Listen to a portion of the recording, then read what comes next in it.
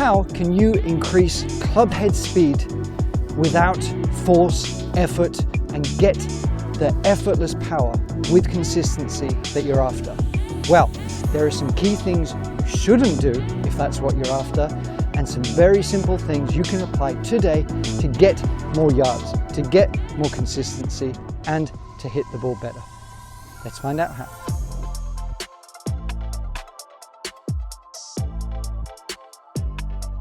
Alex Forte here, and this is the Art of Simple Golf. So today I promise we're going to give you some more distance and speed, and I'm going to give you a really good drill that you can use at home to kind of get the feeling and aha moment that we're after. But first, let's find out what you shouldn't do. What you shouldn't do is try and hit the ball harder. Doesn't mean that you don't want to swing faster, but we don't want to try and muscle it, because tension absolutely kills, okay? If I sort of demonstrate with you like a tension killer, right? Let's say we keep the arms dead straight and you're told you've got to turn and make a big swing that way, right? I'm going to try and do it as hard as I can, keeping my arms straight and my wrists firm. Okay, that's about as hard as I can swing, but it is a lot of effort, okay? That tension does not generate speed. The thing that generates the most speed is the wrists, okay? That's what's going to generate the most amount of speed. But we have to couple that with the movement of the body, all right? We have to avoid one of the pitfalls that people have when it comes to, especially trying to hit the ball harder, because when we get to the top, they sort of throw the hands down, trying to hit it hard with the hands here, okay? The arms will straighten, and then we still end up in that same kind of movement. See what I mean? So let's say I demonstrated that swing, right, where I'm not having any wrist movement at all. But let's say you hinge the wrists, then you unhinge them. You're still kind of ending back there, just with a little bit of extra sort of movement here. It's still applying the same amount of sort of velocity through the ball. So that tension kills, and either too firm in the wrists, too wide in the stance, just trying to be too tense, okay? So one of the key things you have to remember is the more supple the wrists, the faster you're going to swing it, all right? The faster you're going to swing the club, the more supple the wrist, especially that effortless kind of swing speed that you're after. So please remember that. Heavy arms, supple wrists. Then we tap into the correct body movement to get the arms straight past impact, which is where we want them. We want them straight here. We don't want them bent here. We don't want them straight here, okay? Right? It's about getting that radius repeatable and fast. Before we go into the main drill, I want you to look at Carl Berkshire or Bryson DeChambeau or someone like that. Now you might be thinking, I'm whatever, 60, 70 years old perhaps, I can't swing like that. Of course not. I'm not asking you to, but look at the fluid movement they have. I've got a lesson where I talk about throwing the club back that way. We want to try and use weight transfer as much as possible.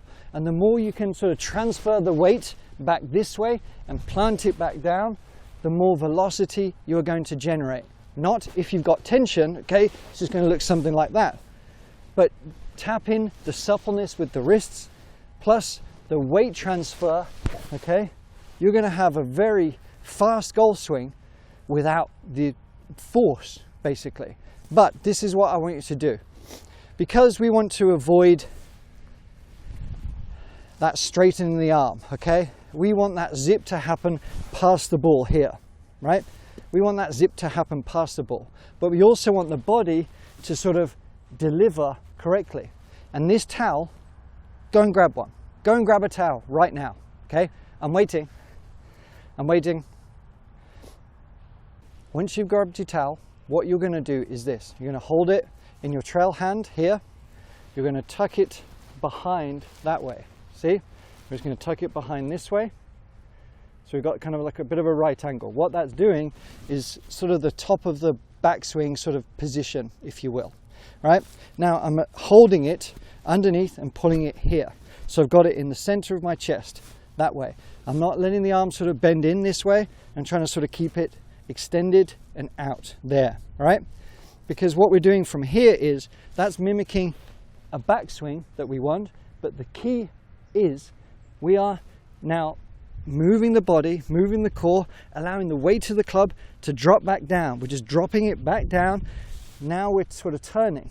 But look, I've got the club and my arms in the correct position. I am able to throw from here. That's where I can really throw and deliver the speed and power. Because from there, that's when it straightens, okay? We don't want to be straightening this way, which is what you probably do when you're losing speed. We're straightening out here. So we want to try and hold on to that angle just a little bit. But I don't want you to try and sort of force the angle with the wrists.